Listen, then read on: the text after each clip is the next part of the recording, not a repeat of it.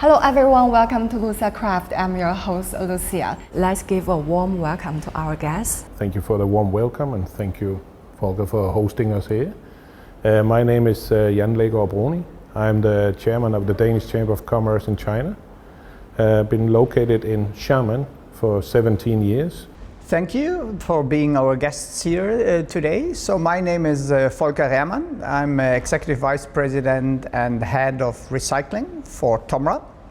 Volker, is this your first visit to China? No, but I guess it's probably my 10th time or so. Every time I come here, I'm deeply impressed, I have to say. The people are so nice, friendly, open. And then, of course, I'm impressed by the speed of modernization in China. It's amazing how fast you guys are in developing and adapting new technologies. Actually, when I return to Europe, I feel like a step back really when I get there. Yeah, I know you have lived in China for many years. What changes have you seen during this year's stay? Well, I came here because of a job in Xiamen. I got a new family here as well. That helps to stay.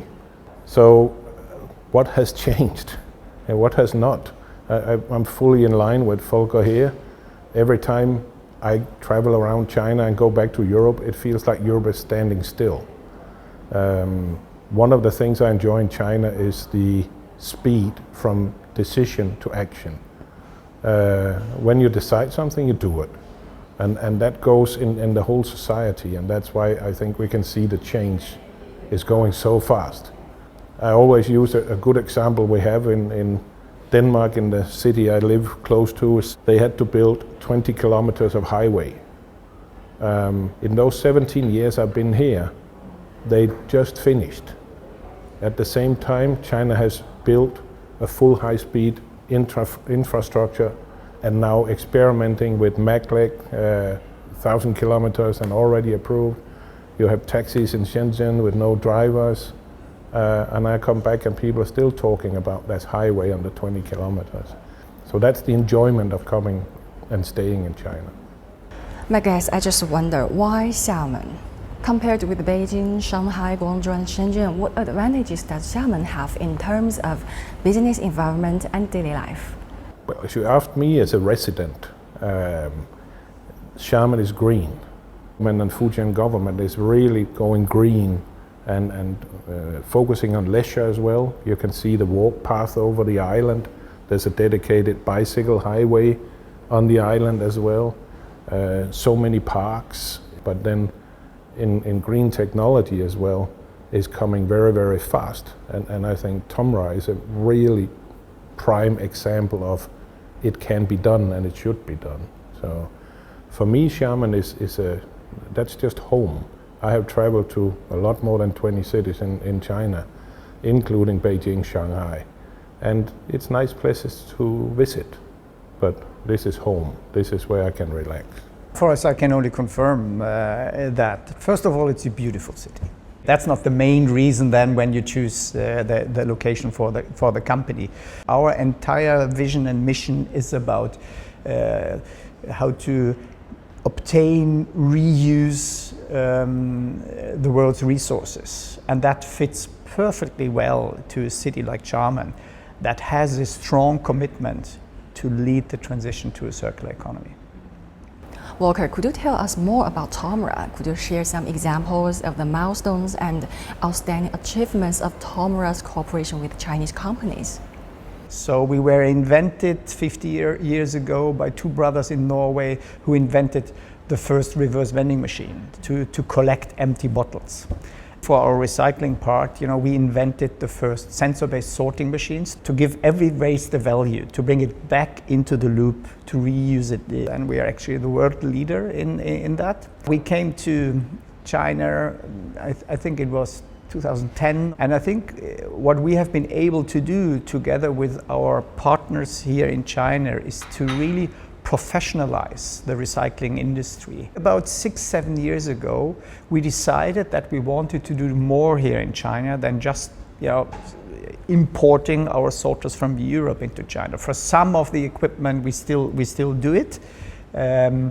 But we saw the opportunity to also use the strength of the Chinese economy here, and also the high level of education of employees that we have found here, to set up our own R&D team.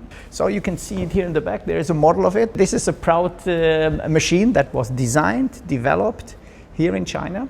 And we sell it now not only in China. It is intended first for the Chinese market, but it had become a real global success. We sell this machine now everywhere in the world.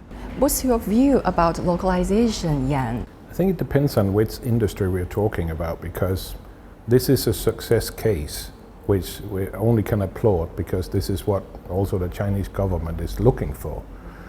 And we were here, started here 23 years ago. And this we are doing as well. Also developing here, selling here. Even though most of our production is export, we are starting to increase more in the Chinese and Asian markets. So what are your expectations regarding improvements in China's business environment? We are really a technology company, and we spend, 22% of our employees are working in R&D. So very much innovation R&D driven. So the question of protection of intellectual property is of course high on our agenda. About the visa-free and the accessibility of business people coming to China, I think it's definitely a big step in the right direction. And you can easily come and go, and 15 days is more than enough for most people to come and put the footprint, make the decisions and go again. And I fully support IP protection, because the Danish Chamber of Commerce has also handed in 7 main points to the Chinese government where we see challenges, and we have given 42 points of suggestion for our recommendations for improvement of these points. And last year we handed it in and to Premier Li Qiang, and all these 7 points we handed in last year is in the 25 points of the government. And it's nice that we're being heard as foreigners as well, where we can point out this is a problem we would like to contribute and help to get it down to practice. And very open dialogue with the Chinese government, and I think maybe that's something we could work together on. And, we always say that green development underlines the high quality development. So what's your view about the Chinese government balance the economic growth and the environmental protection? I can just see all the green working groups in the strategic partnership Denmark have with China is green. It's maritime, it's water, it's wastewater, it's wind, it's solar. So it's all these areas that leads into a green transition, and they are linked to the economy for sure. China is now nearly leading the way on electric vehicles, for example. A great opportunity for the Chinese economy there. This is a book about TOMRA's history. TOMRA, we celebrated 2 years ago our 50th anniversary.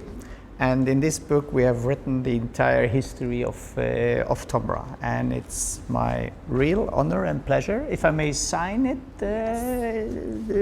to you,